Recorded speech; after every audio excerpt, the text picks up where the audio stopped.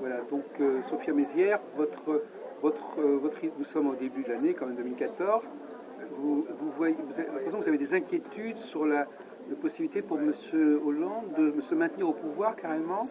Tout à fait. Vous voyez un destin de M. Hollande à la De Gaulle, comme ça Ah ben oui, un destin à la De Gaulle. En tout cas, il peut y avoir un printemps. Enfin, en tout cas, c'est une année 2014. Pour vous moi, voyez mai sera 2014 l'année 2014 sera marquée dans les cahiers d'histoire. Hein. Oui. Ah oui. D'accord. C'est une année qui va être très importante. Vous le dites en tant qu'astrologue, en tant que voyant? En tant qu'astrologue et avec des ressentis. Je pense que M. Hollande quittera la scène politique, il n'ira pas au bout de son mandat. Et il sera remplacé par l'homme providentiel, qui est Nicolas Sarkozy. Oui. Nicolas Sarkozy ne passera jamais si il devait être face à un référendum, face à des élections, mais là c'est pas du tout le cas puisqu'il va s'imposer comme l'homme prophétique. Vous voulez dire qu'il y aura une sorte de coup d'État? Exactement. Avec l'armée éventuellement, enfin, je sais pas. Avec des grosses révolutions de palais. Avec des groupuscules assez nouveaux qu'on n'avait pas trop entendu parler, qui sont en train de se radicaliser, et puis avec une montée de violence. Et tout ça va se retrouver dans la rue d'ici le mois de mars, avril, mai, 3 mois difficiles, surtout le mois d'avril. Oui. Alors, astrologiquement, donc, comment vous au niveau astrologiquement parlant, quand on regarde le cycle d'Uranus, quand même en mars 2011, c'est vrai que même au niveau climatique, Mars, quand Uranus est rentré, c'est que il y a eu une coïncidence avec le tsunami qu'il y a eu en Asie. Hein. Mmh. Mais vous êtes malgré tout très marqué par votre analyse directement de la situation politique. Tout à fait. C'est ça, l'astrologue est à la fois un homme de son temps, et donc l'astrologie vous aide à aller plus loin dans votre ressenti personnel. Enfin, c'est ça. À avoir des ressentis et puis. Enfin, beaucoup de gens pensent un peu comme ça, plus ou moins, mais. Enfin, non, pas tous, parce que il y a un monsieur à côté dit Nicolas Sarkozy ne reviendra jamais, ce sera Jean-François Copé qui sera président. Et moi, j'ai dit non, monsieur Copé n'a pas. Il va y avoir des choses qui vont faire que monsieur Copé ne sera pas président. Donc, Hollande ne partirait pas de sa propre volonté. Il y a soit une démission, en tout cas il n'ira pas jusqu'au bout. Et vous ne pensez pas qu'il ne va pas commencer par dissoudre l'Assemblée nationale, par exemple, comme c'est un peu le réflexe dans ces cas-là? Oui, le dissoudre l'Assemblée. Ça ferait l'euro va être dévalué, il y a un changement, et tout ça mis bout à bout avec ses coûts, avec sa vie privée. On va apprendre la naissance de sa nouvelle copine Julie Gaillet. On devra apprendre qu'elle est enceinte d'ici quelques temps. D'accord. Et je pense que tout ça, les Français en ont un peu ras-le-bol. Et ça contribue aussi à cette montée de violence. Hein. Mais alors justement, qu'est-ce qui va se passer de si grave en France au niveau... Qu'est-ce qui pourrait provoquer ça? Des grosses grèves. Des grèves, on Des grèves. Oui. Surtout des grèves, des manifestations assez importantes. Et comme j'ai dit, une espèce de montée de l'extrême violence. Est-ce que vous croyez que ça suffirait pour faire partir le président?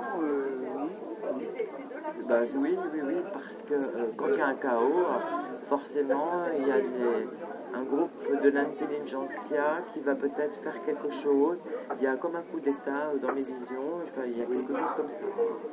En tout cas, on aura d'autres alternatives que de récupérer M. Sarkozy. Et donc ça serait... Verseau en plus, mettre... ce serait d'ici la fin du premier semestre. Exactement. Avant les vacances d'été. Avant les vacances d'été. Oui. Monsieur Dieudonné qui est Verseau, qui marque aussi l'actualité, qui a marqué l'actualité, j'ai fait son thème. Et il participe aussi à ce soulèvement de masse. Et alors on ne serait plus dans un régime parlementaire après Ça sera difficile. Il n'y aura plus d'élections libres, parce qu'il va y avoir les européennes, il va y avoir les municipales. Voilà, les municipales, c'est Mme Hidalgo qui va gagner. Hein. Donc, oui. Vous savez que Mme Hidalgo, c'est l'ex-maîtresse de M. Hollande. Je me suis un peu perdu, mais je crois que j'en ai entendu parler, oui. On a même dit on disait qu'ils ont aussi un enfant. Donc c'est elle qui va gagner. D'ailleurs, LKM, elle n'a pas été vraiment... il n'y a pas eu de solidarité autour d'elle, de son parti. Ils l'ont un petit peu lâché. Et moi, je pense que ce ne sera pas elle qui est taureau. Non, ce sera plutôt Mme Hidalgo qui est gémeaux. Simone, là, vous êtes courageuse de vous engager sur cette voie, parce que ce serait vraiment Ce serait vraiment un événement extraordinaire en Europe, ce genre de Bien sûr. phénomène. Et puis dans l'histoire, on retrouve une configuration un peu similaire dans les années 30. Hein. Oui, puis il y a le bonapartisme, il y a Napoléon Voilà. III. Bien sûr, c'est Nicolas Sarkozy, hein, Napoléon. Hein. Oui. Oui. Donc il revient toujours. Oui, écoutez. Alors, vous disiez qu'il y avait une autre personne qui avait vous avez rencontré quelqu'un d'autre dans le salon qui avait un autre avis? Oui, le monsieur voyant juste à côté. Ah d'accord. Stéphane. Oui, et lui, il voit autre chose. Il voit lui, il voit que Sarkozy s'en va, définitivement, qu'il ne reviendra pas. Il voit que M. Hollande n'ira pas jusqu'au bout de son mandat, mais il voit que M. Copé, Jean-François, sera président. Oui. Et là, je suis en dissonance avec c'est pas. Qu'est-ce que. Après tout, tant qu'à faire, oui, pourquoi pas Copé aussi. Oh non, mais Copé, c'est un taureau. Oui, non, mais je sais, mais si on. Avec Saturne en Scorpion à l'opposé, et puis avec la planète Mars qui va entrer fin juillet en Scorpion, ça risque d'être quand même assez difficile pour les taureaux. D'accord, oui, de ce point de vue-là, oui, effectivement. Oui. Mais moi, je ne veux pas vous contrarier, mais je pense que la configuration n'est pas du tout la même qu'en mai 68. Dans mon système, en tout cas, c'est pas du tout les mêmes configurations. Je pense qu'il va falloir probablement qu'il fasse le ménage autour de lui, Hollande. Donc ça, de ce côté-là, il est certain qu'on va avoir un nouveau Premier ministre. De toute façon, il y a un remaniement du gouvernement voilà.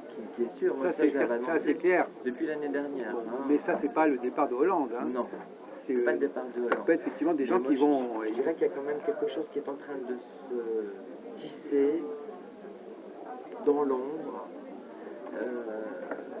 Voilà, il y a quelque chose qui est en train de se tisser dans l'ombre. Bon. D'autre part, bon, je vous dirais franchement, je pense que d'abord, premièrement, les gens peuvent changer. Il a changé Hollande quelque part. Hein. Oui, il a changé. Oui, bien sûr. Il a une politique sociale, c'est pas tellement une politique sociale. Non, mais je veux dire, il a changé dans son comportement. Il est plus présent. Il est bon. Il a un lion. Mais non, mais je veux dire que moi j'ai conception de l'astrologie cyclique, c'est-à-dire que les gens changent aussi. Ah, bien sûr, le comportement change. Bien sûr. Et deuxièmement, je pense qu'il y a une certaine. Enfin, vous savez que moi je suis un peu obsédé par le débat entre les hommes et les femmes. Il y a une certaine cabale des femmes contre Hollande. Oui. Je pense que ce qu'on lui reproche, c'est. Son manque de loyauté, c'est un pour un lion d'ailleurs. Oui, mais je ne parle pas d'astrologie, là, je parle bon, moi j'ai beaucoup étudié les incompatibilités entre les hommes et les femmes, le fait que les hommes mènent une double vie, ça ne leur plaît pas tellement, le fait que les hommes ont des comportements très différents selon les situations. Parfois, elle trouve ça bizarre que M. Hollande fasse des plaisanteries comme ça assez faciles alors qu'il est président. Enfin, elle voudrait que le président soit d'un seul tenant et qu'il n'y ait pas plusieurs personnages. Et ça, c'est quelque chose qu'elle ne supporte pas de manière générale. Et donc, je crois qu'on est quand même très féministe. Il y a une sorte de cabale contre... Je crois que quelque part qu'à la limite, j'exagère, mais n'importe quel homme, de toute façon, ne passerait pas, ne ferait pas grâce auprès du public féminin. Maintenant, elles veulent imposer leur valeur morale, leur façon de voir les choses, leur idée du comportement digne, voilà. Et il faudrait qu'il y ait une façade bien unie, bien de seul tenant. Donc, à mon avis, il y a cette... il y a ce problème, cette guerre des sexes qui, à mon avis, est sous-jacente aux difficultés de Hollande. Mais en revanche, je pense que du côté des hommes, il y a une solidarité plus forte qui se joue. Voilà. Donc, tout ça, c'est un peu orchestré, je dirais. Il y a eu déjà l'affaire DSK qui va dans le même sens, en fait, quelque part. Hein. C'est-à-dire que, ou même l'affaire Mitterrand. Voilà, ces hommes qui se permettent de faire des choses en parallèle et avec des cloisonnements, ils ne veulent pas qu'on sache ce qu'ils font, etc. Et puis quand on le Un manque sait, de alors morale, là, et un quand manque on, de le- morale. et quand on le sait, alors là c'est encore pire, etc. Moi personnellement, je pense que c'est la guéguerre des sexes. Ah oui. Pendant que M. Hollande était aux États-Unis avec M. Obama, son ex-copine, Mme Trier-Meller, était en train de se faire bronzer à l'île Maurice. Oui. Oui. Et alors, j'ai pas. Quand même, sous les deniers des gens, quand même, des citoyens. Hein. Oui. Et ça, je trouve qu'on mélangeait la Oui, politique vous parlez avec de la vie maintenant, privée, parce maintenant. qu'elle est en train de s'être. Oui, parce qu'elle continue à être prise en charge jusqu'à la fin du Il quinquennat. paye son appartement à vie. Il lui a Mais, donné, mais il le fait avec ses deux. Oui, mais il le fait pas sur les deniers de l'État, si, ça, je sais pas comment. J'ai pas. Bah, vous savez que Mazarine, François Mitterrand, c'était quand même, il entretenait une double vie sous les deniers de l'État. Oui, c'est exact. Oui. Donc voyez-vous, il y a quand même toute une série de précédents comme ça. C'est bien preuve que les hommes politiques maintenant, ils font carrière, c'est une carrière, ce sont des carriéristes. Et il n'y a plus vraiment cette démocratie, hein, il n'y a plus cette implication. Oui, mais moi je pense que c'est plutôt une incompréhension entre. Moi personnellement, je suis très indulgent envers Hollande, personnellement. Au début, j'avais peut-être parfois des réactions comme ça en disant oh là là, etc. Et puis maintenant, plus j'approfondis la psychologie masculine et les difficultés entre les hommes et les femmes, plus je m'aperçois que c'est un procès qui est très récurrent à toutes sortes de niveaux et qui ne concerne pas que M. Hollande. Et en fin de compte, M. Hollande, il est. concerne chaque personne. Il se montre. Mais par contre, qu'il fasse le ménage, qu'il enlève des gens qui le parasitent et qui. Le court-circuit. Oui, ça, je crois que c'est tout à fait normal, mais ça n'a rien à voir avec. Bon. Mais vous avez aussi des impressions au niveau. Vous êtes astrologue, vous êtes également. Vous avez les cartes, je sais pas. Vous avez... Ouais, c'est-à-dire que ma grand-mère, voilà. Elle était, on appelait ça cartomancienne. Oui. Puis j'ai une tante aussi qui était très connue qui s'appelait Reine Mora. Reine Mora. Et de vie à fond dans la vallée de la Doue.